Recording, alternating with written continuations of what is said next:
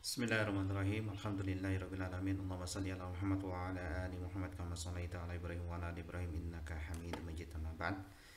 Anak-anakku sekalian, ini adalah pelajaran tahsin yang kita masih membahas kitab Fathur Rabbani. Di antaranya adalah membahas tentang motivasi. Kenapa kok kita pingin interaksi terus dengan Al-Quran?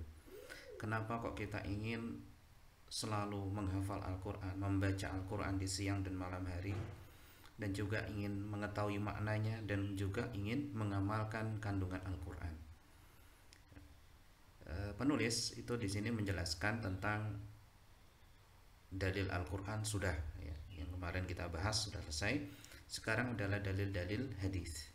Sudah kita bahas juga ada dua hadis, yaitu khairukum man ta'allama al-Quran wa 'allamahu, yang dimana Abu Abdurrahman As-Sulami, ya, murid dari Utsman bin Affan, yang beliau duduk di suatu majelis ilmu hanya mengajarkan Al-Quran, itu termotivasi dengan hadis ini, yaitu beliau bersemangat ingin menjadi orang yang terbaik di sisi Allah, ya, dengan cara apa? Belajar Al-Quran dan mengajarkan Al-Quran. Kemudian di hadis berikutnya juga kita sudah belajar bahwa al-mahirul bil Quran, orang yang mahir dengan Al-Quran, ya, menghafal, kemudian membacanya dengan baik, dengan tartil, dengan tajwid, sehingga ahli dalam bidang Al-Quran, maka dia ditempatkan nanti di akhirat bersama golongan para malaikat, dan diantaranya ada para rasul. Dan kalau kita sedang dalam tahapan belajar, ya, kita kesulitan belajar, merasa berat menghafal, sehingga bacaan kita ya tak ya terpatah-patah, berhenti terpatah-patah, maka kita akan dapat dua pahala. Yang pahala pertama yaitu pahala beratnya belajar Al-Quran, dan yang kedua adalah pahala setiap huruf yang kita baca itu menghasilkan pahala tersendiri. Nah, yang ketiga kita akan belajar inna lillahi ahlina minan nas qalu man hum ya Rasulullah qala ahlul Quran hum ahlullah wa khassatuhu. Ya, diriwayatkan rawahun Nasa'i bi isnadin sahih. Nah, hadis ini anak-anakku sekalian, ini sebenarnya diriwayatkan oleh banyak ulama. Ada diriwayatkan Imam Ahmad, diriwayatkan Imam Ad-Darimi, dan lain sebagainya. Nah, kita fokus belajar ke hadis ini ya. Ini sudah saya ringkaskan dalam bentuk PowerPoint. Mudah-mudahan dengan cara ini ya kalian bisa lebih mudah paham. Bismillahirrahmanirrahim ta'ala. Oke, saya perlihatkan dulu. Nah, ini ya. Ini kotak ini saya tunjukkan, yaitu kalau kalian memiliki kitab Fathur Rabbani atau sudah ada fotokopian, maka lihat halaman 10 ya. Ini saya kotai di bagian sini. Baik. Qala mu'allif inna lillahi ahlina minan nasi qalu man hum ya Rasulullah qala ahlul Qur'ani hum ahlullah wa khassatuhu. Nah, mu'alif di sini penulis itu mengatakan diriwayatkan oleh Imam An-Nasa'i. Ya, Imam An-Nasa'i. Nah, Imam An-Nasa'i itu punya buku tulisan beliau namanya As-Sunanul Kubra. Ya, As-Sunanul Kubra. Ini saya tuliskan di sini adalah dalam kitab As-Sunan Al-Kubra dalam Imam An-Nasa'i. Ada perbedaan lafaz, yaitu di sini min khalqihi. Kalau yang ditulis oleh penulis minan nasi, ya, minan nasi. Nah, jadi perbedaan lafaz, tapi nggak apa-apa. Ini nggak jauh beda. Kalau khalqi makhluknya berarti kan semua makhluk, ya kan. Kalau minan nas berarti lebih khusus, gitu, di antara manusia. Jadi perbedaan ini insya Allah tidak ada masalah. Maka kita anggap sama lah. Ya, tapi untuk kita jelaskan aja sesuai dengan tulisan dari penulis. Oke, berikutnya kita ke slide berikutnya. Oke, sebentar. Oke, kita lanjutkan ke slide berikutnya. Nah, di sini anak-anak sekalian, pertama yang perlu kita ketahui, apa sih arti innalillahi ahlina minan nas? Ya, innalillahi ahlina minan nas. Nah, yang pertama adalah ada kata-kata inna. Ya, inna di sini. Nah, ini cukup kalian dengarkan aja ya, karena nanti kita akan ulang-ulang sehingga mudah-mudahan dari sini kalian akan sering mengenal tentang istilah nahu, dan itu akan mempermudah kalian ketika belajar nahu. Ya, paham atau tidak paham, maka dengarkan saja, simak dengan baik. Nah, inna di sini anak-anak ya. Inna di sini ada istilah dalam ilmu nahwu, inna wa akhwatuha. Inna dan saudari atau saudari-saudarinya. Jadi kata-kata inna itu memiliki saudara yang fungsinya sama. Ya. Nah, inna wa akhwatuha ada 5, yaitu ka'anna, lakinna, laita, la'alla. Ya. Ka'anna, lakinna, laita, la'alla. Nah, 5 ini harus kalian hafal sebenarnya dalam nahwu, tapi nanti aja kita ulang-ulang, mudah-mudahan kalian hafal. Ka'anna, lakinna, laita, la'alla, inna ka'anna, lakinna, laita, la'alla. Ya, nanti akan ada banyak lagi.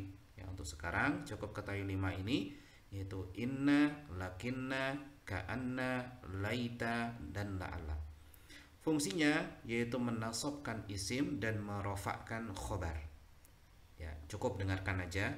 Kita tujuannya adalah mengenalkan istilah nahwu. Nah, sekarang artinya. Ini yang kalian harus tahu ya. Artinya inna di sini adalah sesungguhnya. Ya, ini sesungguhnya. Kemudian kita lihat lillahi. Nah, di sini ini sudah kita pelajari ya. Li adalah sebagai harfu jar.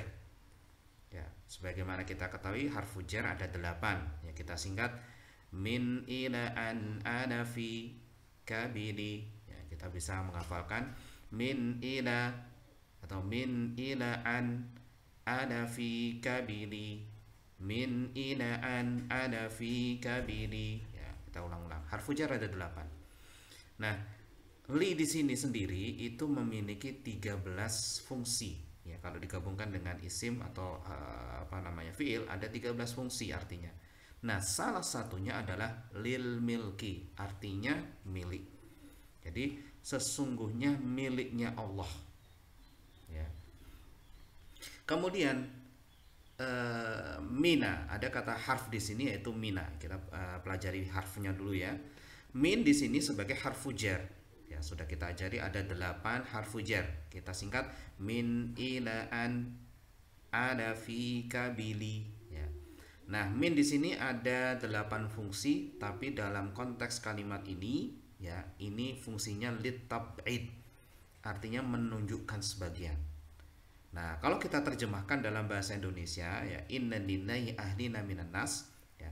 Inna di sini adalah inna wa akhwatuha. Kemudian ada isim, ada khobar. Ya. Dan ini khobarnya didahulukan, harusnya isim dulu. Inna isim kemudian khobar atau mubtada kemudian khobar. Nah, di sini didahulukan karena menunjukkan pengkhususan. Ya, ini sudah dikhususkan lagi. Sesungguhnya Allah itu memiliki orang-orang yang paling dekat dengan Allah di antara manusia. Nah, ini bahasa terjemahan kita ya. Sesungguhnya Allah itu memiliki orang-orang yang paling dekat dengan Allah di antara manusia. Nah, jadi ahlina minan nas ya, ini diakhirkan. Ini harusnya di sini di depan. Terus kemudian kenapa disebut ahlina? Ya, ahlina itu adalah sebenarnya jamak dari kata ahlun.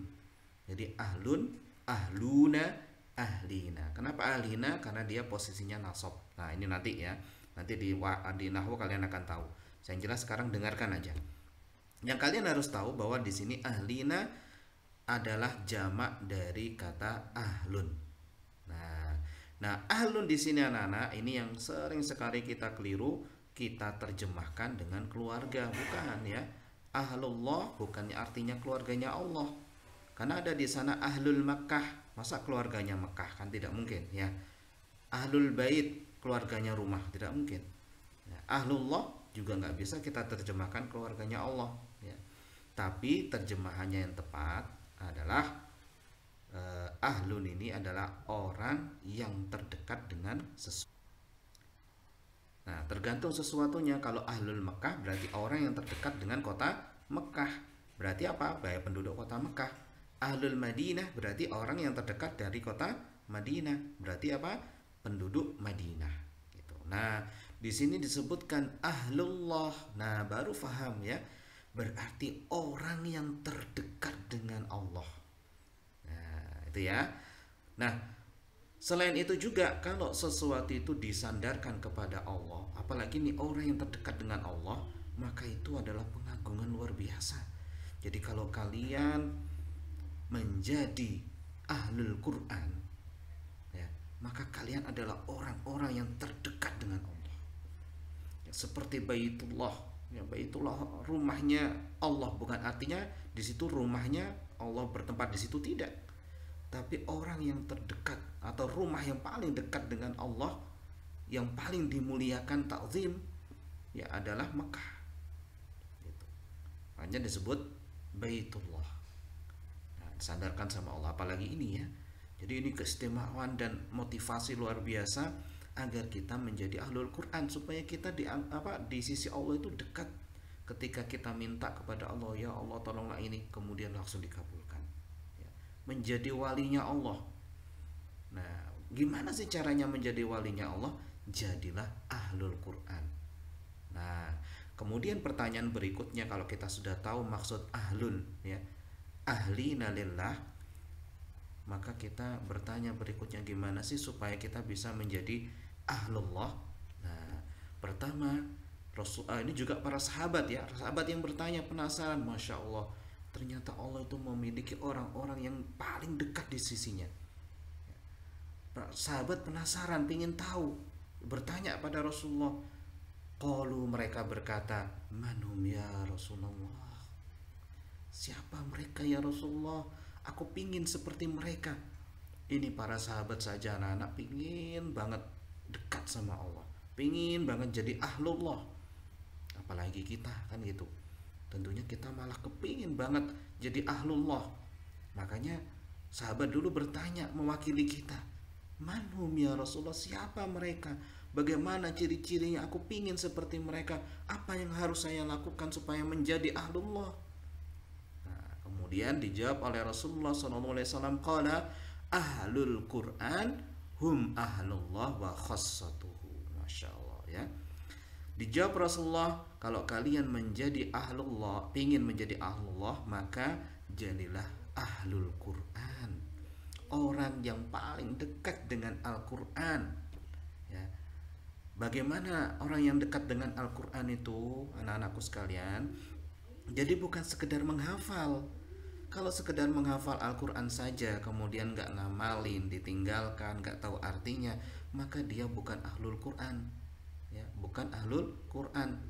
Hafal 30 juz tapi nggak pernah ngamalin, nggak pernah membaca setiap hari, pokoknya sekedar hafal saja selesai, itu bukan ahlul Quran. Tapi orang yang hafalannya mungkin nggak sempurna, nggak semuanya, tapi dia ngulang-ngulang bacaannya, dia ngamalin dalam kesehariannya, dialah ahlul Quran, walaupun hafalannya tidak selesai. Itu. Tapi ini motivasi bagi kita ya. Makanya yang paling sempurna, hafalan kita selesai 30 juz ya. Kita tahu maknanya, kita selalu membaca Al-Quran, dan kita mengulang-ulang membaca Al-Quran dan mengamalkan Al-Quran. Maka itulah sesempurna ahlul Quran. Nah, makanya disebut, apa artinya ini? Yaitu adalah orang yang dekat dengan Al-Quran. Artinya apa sih? Yang pertama, menghafalkan Al-Quran. Walaupun gak sempurna gak masalah ya. Yang penting adalah itqon, kuatnya hafalan. Sehingga ketika Allah tanya nanti di akhirat, berapa hafalanmu? Ya kita akan bisa naik di level di hafalan yang sering kita ulang-ulang gitu. Tapi kalau kita banyak Al-Quran, hafal banyak, tapi kita nggak benar-benar itqon, nggak benar-benar kuat, ya sudah, kita derajatnya sampai situ itu. Kemudian ngamalkan. Nah, kenapa kalau kita nggak ngamalkan Al-Quran, anak-anak hanya mempelajari, menghafal, nggak ngamalkan, maka Al-Quran itu bisa mendorong kita ke neraka. Na'udzubillah min dzalik. Karena Al-Quran bahasa kita itu akan protes. Ya, dulu dia membaca aku, menghafalku, tapi nggak mau ngamalin, maka kita akan diseret ke neraka. Naudzubillah min dzalik. Maka yang paling bagus apa? Yaitu itqonkan, kuatkan, dan amalkan kandungan-kandungan Al-Quran yang kalian ketahui. Ya, mudah-mudahan Al-Quran itu bukan mendorong kita ke neraka, tapi mengangkat tangan kita menuju ke surganya Allah. Nah, mengamalkan. Kemudian dia juga selalu membaca di siang dan malam hari, ya. Jadi dia di siang hari suka membaca, malam hari juga suka membaca, bukan sibuk dengan HP, ya. Naudzubillah, semoga Allah melindungi kita dari fitnah HP. Maka dia sibuknya dengan Al-Quran, siang malam Quran terus, hari-harinya sibuk dengan Al-Quran. Makanya kalau orang sibuk dengan Al-Quran, sangat mudah tuh murojaah sehari 5 juz. Dalam kesehariannya ada Al-Quran. Inilah disebut Ahlul Quran. Nah, pertanyaan berikutnya, pantaskah kita atau sudahkah kita menjadi Ahlul Quran? Nah, kita tanya sendiri ya. Kalau kita sudah menjadi Ahlul Quran, ya insya Allah kita akan menjadi Ahlullah. Nah, terus pertanyaan berikutnya, Ahlullah dan khosotuhu, orang khususnya Allah itu maksudnya apa sih? Nah, Ahlullah dan orang khususnya Allah adalah orang yang paling dekat dengan Allah, orang yang dikhususkan oleh Allah di antara seluruh manusia, ya. Di antara manusia semuanya ada orang yang mendekatkan diri pada Allah, tapi ini adalah orang-orang khusus, ya, orang-orang khusus yang tidak seperti manusia yang lain. Makanya disebut oleh para ulama disebut wali Allah, ya, wali Allah. Nah, ini sangat bisa kita pahami, anak-anak. Kalau orang ingin mendekatkan diri kepada Allah, ya, maka dia akan mendekat pada Al-Quran. Karena Al-Quran ini adalah kalamullah, ya, dia akan selalu dekat, selalu cinta dengan Al-Quran, kesehariannya terus bersama Al-Quran. Karena itu orang yang selalu dekat dengan Al-Quran, ya dekat dengan siapa? Allah Subhanahu wa ta'ala. Kalau dekat dengan Allah Subhanahu wa ta'ala, maka Allah mencintai orang itu dan menjadi orang khususnya Allah dan menjadi ahlullah. Sehingga apa? Dia menjadi walinya Allah. Ketika dia meminta sesuatu, memohon perlindungan, maka Allah Subhanahu wa ta'ala akan selalu mengijabahi dan menolongnya. Nah, itu ya, ini adalah motivasi untuk kita semuanya. Semoga Allah Subhanahu wa ta'ala menjadikan kita adalah ahlul Quran, ya, mendorong kita untuk jadi ahlul Quran, ya, sehingga derajat ahlullah dan khassatuhu ini bisa kita capai. Nah, kesimpulannya anak-anakku sekalian, yang pertama, arti ahlullah itu bukanlah keluarganya Allah, tapi orang yang terdekat dengan Allah atau walinya Allah. Nah, bagaimana cara agar bisa menjadi ahlullah dan khassatuhu? Jadilah ahlul Quran. Apa sih yang dimaksud ahlul Quran? Ahlul Quran itu bukan sekedar hafal 30 juz, ya. Tapi ketika dia menghafal Al-Quran, dia juga memahami maknanya, dia selalu interaksi dengan Al-Quran, dia mengamalkannya, makanya dia disebut ahlul Quran. Artinya orang yang selalu dekat dengan Al-Quran. Semoga bermanfaat. Subhanakallahumma bihamdika asyhadu an la ilaha illa anta astaghfiruka wa atubu ilaik.